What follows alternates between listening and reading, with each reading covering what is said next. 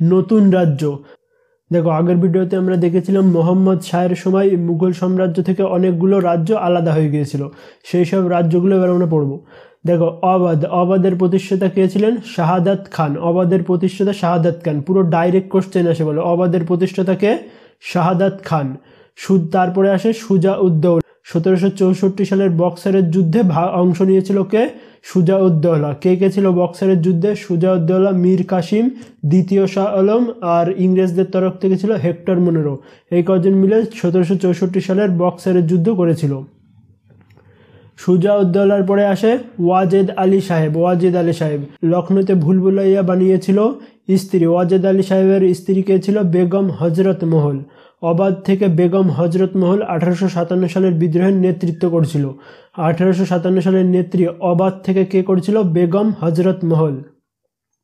হায়দ্রাবাদের প্রতিষ্ঠাতাকে? নিজাম উল মুলক। হায়দ্রাবাদের প্রতিষ্ঠাতা নিজাম উল মুলক। নিজাম উল মুলকের উপাধি কি ছিল? চিঙ্কলিস খান। নিজাম উল মুলক বাজিরাও প্রথমের সাথে মুন্সি শিবগার সন্ধি করেছিল পালখেড়ার যুদ্ধের পর। বালাজি বাজিরাওয়ের সাথে ঝলকারের সন্ধি হয়েছিল হায়দ্রাবাদে। কর্ণাটকের প্রতিষ্ঠাতাকে? শাহাদাত উল্লাহ। আর উপরে ছিল কে? অবাধের প্রতিষ্ঠাতা শাহাদাত খান, আর এদিকে কর্ণাটকের প্রতিষ্ঠাতা শাহাদাত উল্লাহ। ঠিক আছে, দুটো যেন গুলিয়ে না যায়। প্রথম কর্ণাটকের যুদ্ধ ফ্রান্স ও ইংরেজের মধ্যে হয়েছিল, যে কর্ণাটকের উপর কার অধিকার থাকবে, ফ্রান্স না ইংরেজের, তার জন্য যুদ্ধ হয়েছিল।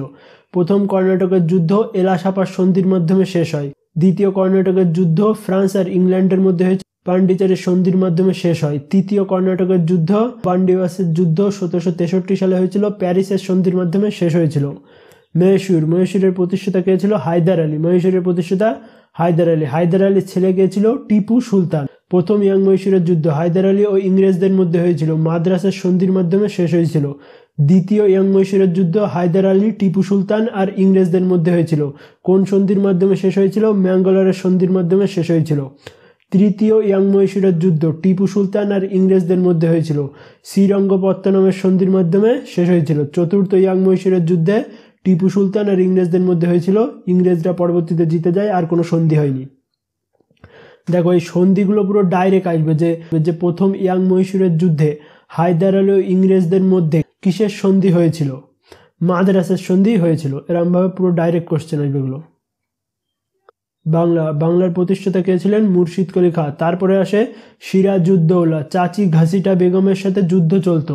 সিরাজউদ্দৌলা অন্ধকূপ হত্যা অর্থাৎ ব্ল্যাক হোল ট্র্যাজেডি করেছিল, যে 146 জনকে একটা ছোট ঘরের মধ্যে আটকে দিয়েছিল, তাকে বলা হয় অন্ধকূপ হত্যা। ওর মধ্যে একজন ইতিহাসকার ছিল হর্নবেল।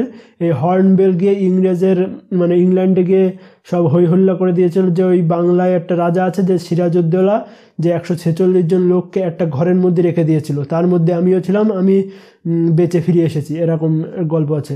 রবার্ট ক্লাইভ ও সিরাজউদ্দৌলার মধ্যে পলাশির যুদ্ধ হয়েছিল 23শে জুন 1757 সালে। এই ডেটটা পুরো মনে রাখবে, 23শে জুন 1757 সালে পলাশির যুদ্ধ হয়েছিল। কার মধ্যে? রবার্ট ক্লাইভ ও সিরাজউদ্দৌলার মধ্যে হয়েছিল।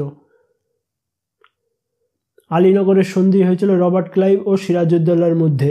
মীর জাফর পরবর্তীতে সিরাজউদ্দৌলার পর রাজা বানানো হয় কাকে? মীর জাফরকে। তারপরে আসে মীর কাসিম। মীর কাসিম কি করেছিল?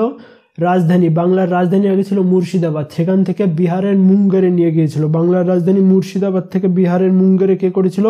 মীর কাসিম মুঙ্গেরে বন্দুকের কারখানা তৈরি করেছিল। মুঙ্গেরে বন্দুকের কারখানা কে তৈরি করেছিল? মীর কাসিম তৈরি করেছিল।